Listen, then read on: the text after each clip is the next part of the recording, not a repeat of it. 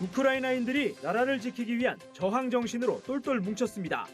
우크라이나 도시 하르키우에서는 러시아의 공습과 로켓포 공격이 이어지는 상황에도 자영업자와 식품 기업들이 주민과 전투병들에게 음식을 제공하기 위해 쉬지 않고 일하고 있습니다. 이 지역의 한 식당 주인은 로이터 통신과의 인터뷰에서 식자재는 충분히 확보되고 있고 우리는 어린 아이들에게 음식을 제공할 것이라며 승리는 우리의 것이라고 힘주어 말했습니다. 만들어진 음식을 배달하는 데는 주민들이 자원봉사자로 나섰습니다. 하르키우의 한 시민은 차를 가지고 있는 남성들이 위험을 무릅쓰고 음식을 배달해주고 있다고 말했습니다.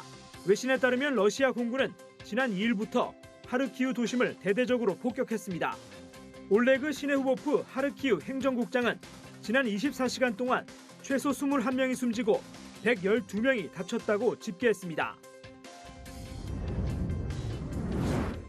우크라이나 키이우 동물원의 코끼리가 카메라를 향해 반갑게 코인사를 건넵니다. 이 동물원 직원들은 어디로 폭격이 날아들지 모를 불안한 상황에도 동물들을 지키기 위해 이곳에 머물고 있습니다. 이들은 러시아의 침공이 시작된 날부터 약 4천 마리의 동물을 돌보며 가족들과 함께 동물원에서 생활하고 있습니다. 동물원 직원들에 따르면 이 동물원 인근에서도 전투가 벌어졌습니다. 한 사육사는 로이터 통신과의 인터뷰에서 총과 포탄 소리는 동물들에게 큰 스트레스가 된다며 다행히 아직까지 뚜렷한 이상은 없다고 말했습니다.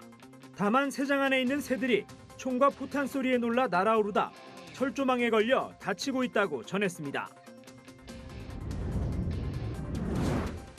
현지 시간으로 3일 멕시코시티의 대통령궁에서 진행된 정례 기자회견. 한 기자가 질문을 하던 도중 지진 경보가 울리자 앉아있던 기자들이 가방을 챙겨 자리에서 일어났고 대통령도 나갑시다라는 말과 함께 퇴장했습니다. 이번 소동은 멕시코 동부에서 발생한 5.7 규모의 지진 때문으로 진앙에서 400km가량 떨어진 수도 멕시코시티에서도 진동이 느껴져 시 전역에 지진 경보가 울렸습니다. 경보가 울리자 시민들은 일제히 건물 밖으로 대피했고 지하철 운행도 잠시 중단됐지만 현재까지 큰 피해는 보고되지 않았습니다. 미국 지질조사국에 따르면 이번에 지진이 발생한 곳은 멕시코 베라크루스주 이슬라 지역 인근으로 진원의 깊이는 111km입니다. 프랑스가 다음 달 대통령 선거 1차 투표를 앞두고 실내 마스크와 코로나19 백신 패스 규정을 대부분 없애기로 했습니다.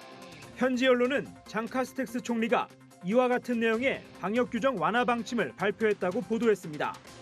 완화 방침은 현지 시간으로 14일부터 적용되며 이에 따라 대중교통과 병원 등을 제외하고는 실내 마스크 착용 의무가 폐지됩니다. 백신 패스도 병원과 요양원 등에서만 유지하고 사실상 없애기로 했습니다. 프랑스 정부는 지난달 코로나19 중환자실에 입원한 환자가 2,000명 수준으로 줄어들 때 규제를 완화한다는 방침을 밝힌 바 있습니다. 프랑스는 다음 달 10일 대통령 선거 1차 투표를 진행합니다.